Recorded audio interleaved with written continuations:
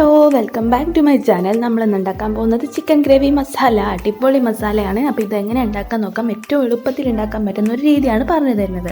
അപ്പോൾ അതിന് മുമ്പായിട്ട് നമ്മുടെ ചാനൽ സബ്സ്ക്രൈബ് ചെയ്യാത്തവർ സബ്സ്ക്രൈബ് ചെയ്യുക, ലൈക്ക് ചെയ്യുക, ഷെയർ ചെയ്യുക.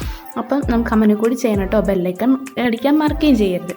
അപ്പോൾ നമ്മൾ ചെയ്യേണ്ട എന്തൊക്കെയാണെന്ന് നോക്കാം. തക്കാളി, പിന്നെ നമ്മുടെ വറ്റൽമുളകില്ലേ അത് പൊടിച്ചത്, ഒന്നെങ്കിൽ മിക്സിയിട്ട് പൊടിക്കുക, അല്ലെങ്കിൽ ജസ്റ്റ് ഒന്ന് ഇങ്ങനെ ചതച്ചെടുത്താൽ മതി. ചെറിയ ഉള്ളി ചതച്ചത്, വെളുത്തുള്ളി ചതച്ചത്, പിന്നെ ഇഞ്ചി ചതച്ചത്, പിന്നെന്താ ഇത്ര മാത്രമേ ഉള്ളൂ. വേറെ എക്സ്ട്രാ ഐറ്റംസ് ഒന്നും നമുക്ക് ആവശ്യമില്ല. പിന്നെ കുറച്ച് മഞ്ഞൾപ്പൊടിയും ഉപ്പുപൊടിയുമാണ്. ഇനി നമുക്ക് അടുപ്പത്ത് ഒരു ചീനച്ചട്ടി വെച്ചിട്ട് അതിലേക്ക് വെളിച്ചെണ്ണ ഒഴിച്ച് കൊടുക്കുക. എന്നിട്ട് അതിലേക്ക് നമ്മൾ ചതച്ച് വെച്ച് ചെറിയ ഉള്ളി ചേർത്ത് കൊടുക്കാം. അപ്പോൾ നമുക്ക് എത്രത്തോളം ചിക്കൻ എടുക്കണോ അതിനനുസരിച്ചാണ് ഉണ്ടാക്കുന്നത്. ഇപ്പം കുറച്ച് ക്വാണ്ടിറ്റി മാത്രമേ ഉണ്ടാക്കുന്നുള്ളൂ, അപ്പോൾ കുറച്ച് ആക്കിയിട്ടുള്ളൂ കേട്ടോ. അപ്പോൾ നമുക്ക് അത് നല്ലപോലെ വഴറ്റി കൊടുക്കാം. എന്നിട്ട് അതിലേക്ക് നമുക്ക് നമ്മുടെ മുളക് ഉണ്ടല്ലോ അത് ചേർത്ത് കൊടുക്കാം. എന്നിട്ട് അതും കൂടെ ചേർത്തിട്ട് നല്ലപോലെ വഴറ്റി കൊടുക്കാം. അപ്പോൾ വഴണ്ട് വന്നിട്ടുണ്ട് ഏകദേശം. ഇനി നമുക്കതിലേക്ക് നമ്മുടെ വെളുത്തുള്ളിയും ഇഞ്ചിയും കറിവേപ്പില ഒക്കെ ചേർത്ത് കൊടുക്കാം. എല്ലാം കൂടി ചേർത്ത് കൊടുത്തിട്ട് നല്ലപോലെ വഴറ്റി കൊടുക്കുക. അത് പെട്ടെന്നായി കിട്ടുന്ന ഒരു റെസിപ്പിയാണ് കേട്ടോ. വളരെ വേഗത്തിൽ ആയി കിട്ടും. നമുക്കൊരു 5-10 മിനിറ്റ് മതി. പിന്നെ ചപ്പാത്തിക്കും എല്ലാത്തിനും കൂടെ കഴിക്കാൻ പറ്റുന്ന ഒരു റെസിപ്പിയും കൂടിയാണ്. അപ്പോൾ നല്ല ടേസ്റ്റി ആയിട്ടുള്ള, അധികം മസാല ഒന്നും ചേർക്കാത്തൊരു റെസിപ്പിയാണ്. അപ്പോൾ നല്ലപോലെ വഴറ്റിയെടുക്കുക.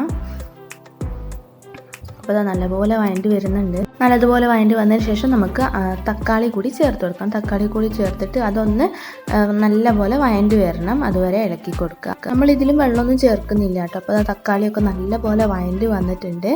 ഇനി നമുക്ക് ഇതിലേക്ക് 1/4 ടീസ്പൂൺ മഞ്ഞൾപ്പൊടി ചേർത്ത് കൊടുക്കുക. വളരെ കുറച്ച് മാത്രം മതി. അത് ചേർത്ത് കൊടുത്തതിന് ശേഷം ഒരു 1/2 സ്പൂണ് ചിക്കൻ മസാലയും കൂടി ചേർത്ത് കൊടുക്കുക. നിങ്ങൾ ഉണ്ടാക്കുന്ന ക്വാണ്ടിറ്റിക്ക് അനുസരിച്ച് നമ്മൾ മസാലയൊക്കെ എടുക്കാം കേട്ടോ.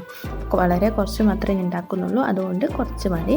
ഒരു 1/2 സ്പൂണ് ചിക്കൻ മസാലയും കൂടി ചേർത്ത് കൊടുക്കാം. എന്നിട്ട് നല്ലതുപോലെ ഇളക്കി കൊടുക്കാം.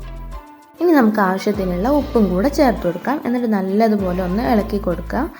ഇപ്പോൾ നമ്മുടെ മസാല ഇവിടെ റെഡി ആയിട്ടുണ്ട്. ഇനി നമുക്കതിലേക്ക് ചിക്കൻ ഇട്ട് കൊടുക്കാം കേട്ടോ. ഇപ്പോൾ ഒരു 5-6 പീസ് മാത്രമേ ഞാൻ ഇട്ട് കൊടുക്കുന്നുള്ളൂ, ഒരുപാടൊന്നും ഇടുന്നില്ല.